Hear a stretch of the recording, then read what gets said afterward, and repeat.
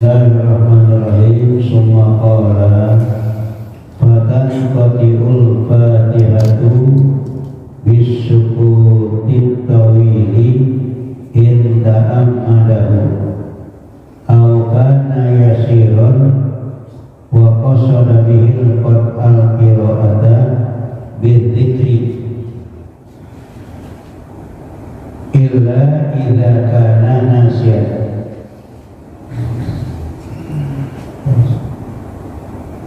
wa illa idza sanna fi sholati katamini wa ta'awudhi wa su'alil rahmati wa sujudi tilawati bi qiraati imami wa riddatu alaihi al-khamisu ar-ruku'u wa aqalluhu ayyan haniya hatta tanala rahatahu rukbatayhi wa tanqati'ul fatihatu bisukutit tawili, dan akan terputus pembacaan surat al-fatihah bisukutit tawili dengan diam yang lama. Jadi kalau di dalam sholat kita baca fatihahnya itu agak lama tuh, tidak berhentinya. Nah, ketika kita berhenti berarti fatihahnya itu dia batal, artinya tidak nyambung. Makanya kalau yang namanya rukun dia mesti urutan tuh, karena di dalam sholat itu kan ada rukun fi'li, ada rukun qauli, ada rukun qauli. Allahu Akbar itu salah satu daripada rukun qauli. Makanya ketika kita baca takbir Allahu Akbar gitu. Nah, kalau kita diam dulu Allah, kemudian kita narik nafas, nah itu berarti rukun qaulinya itu terputus. Kalau rukun qauli terputus berarti salat kita nggak sah. Yang kedua, rukun qauli itu membaca Fatihah. Dari bismillah itu mesti nyambung tuh. Bismillahirrahmanirrahim. Alhamdulillahirabbil alamin. Ar-Rahmanirrahim, itu harus nyambung tuh.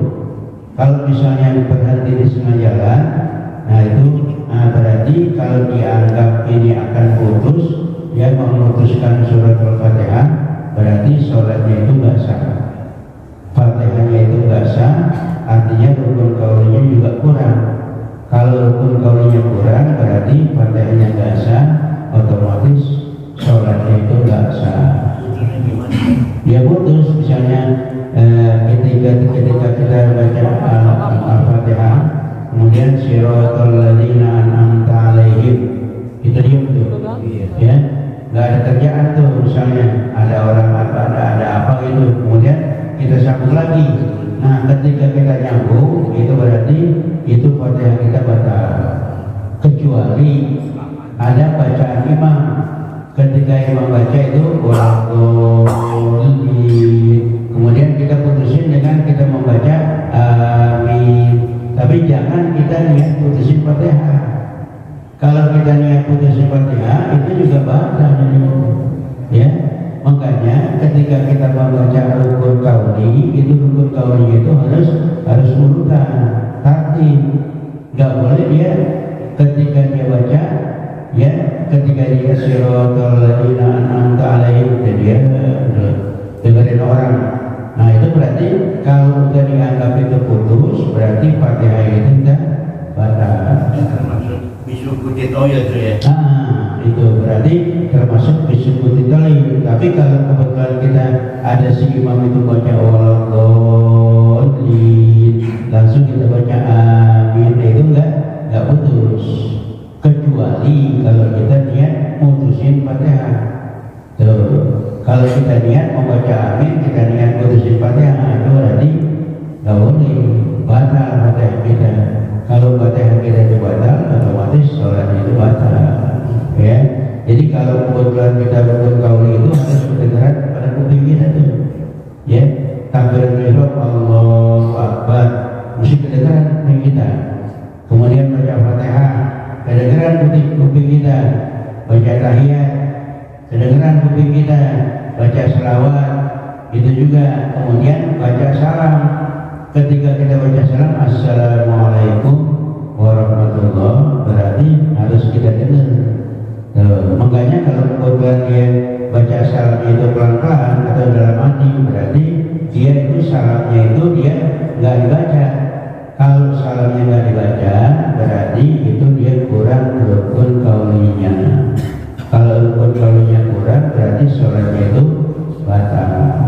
Ya, makanya sebetulnya sholat itu banyak urusannya, ya, banyak praktiknya gitu. Jadi nggak bisa kita melaksanakan sholat gitu aja.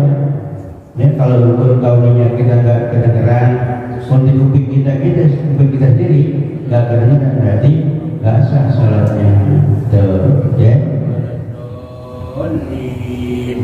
Robbi fili wali walidayya warhamhuma kama rabbayani shaghira. Oh iya, nggak banyak-banyak tuh, jangan sampai banyak-banyak.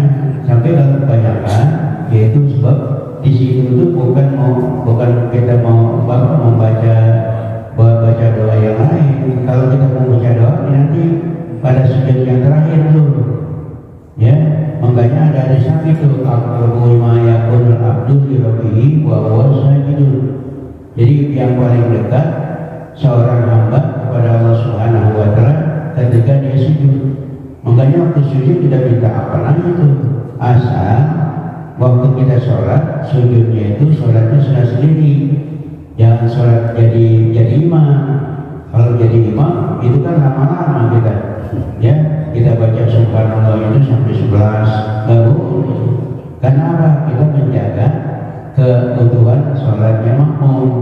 Kalau kita kelamaan, nanti si makmum itu nanti akhirnya jadi kurang khusyuk, atau dia tidak senang sama kita. Karena apa? Karena makmum itu ada yang punya urusan, ada yang punya macam-macam gitu. Kalau kita melaksanakan sholat untuk makmum itu yang biasa-biasa aja, jangan yang terlalu lama. Kalau kelamaan, si makmum itu nanti akan bosan, atau dia nggak mau ikut lagi sama kita, atau juga si makmum itu nanti akan tidak mau melaksanakan sholat bersama kita. Tuh, ya. Jadi kalau kita bawa makmum itu yang biasa-biasa aja. Ya, makanya kalau kebetulan kita mau baca ayat yang panjang, ya, kemudian kita harus bilang nanti saya membaca Yasin. Jadi si makmum kalau bisa mau ikut ya nggak apa-apa, kan itu. Tapi kalau dia nggak mau, kebanyakan baca Yasin, banyak dosa gitu, dia nggak ikut kalau bisa. Ya, kalau dulu biasanya setiap hari Jumat itu dibaca Alif Lam Mim Tanzil. Ya, Alif Lam Tanzil itu ya kalau diukurkan itu sampai 2 lembar gitu boleh. Ya, 1,5 itu 2 lembar sampai gitu.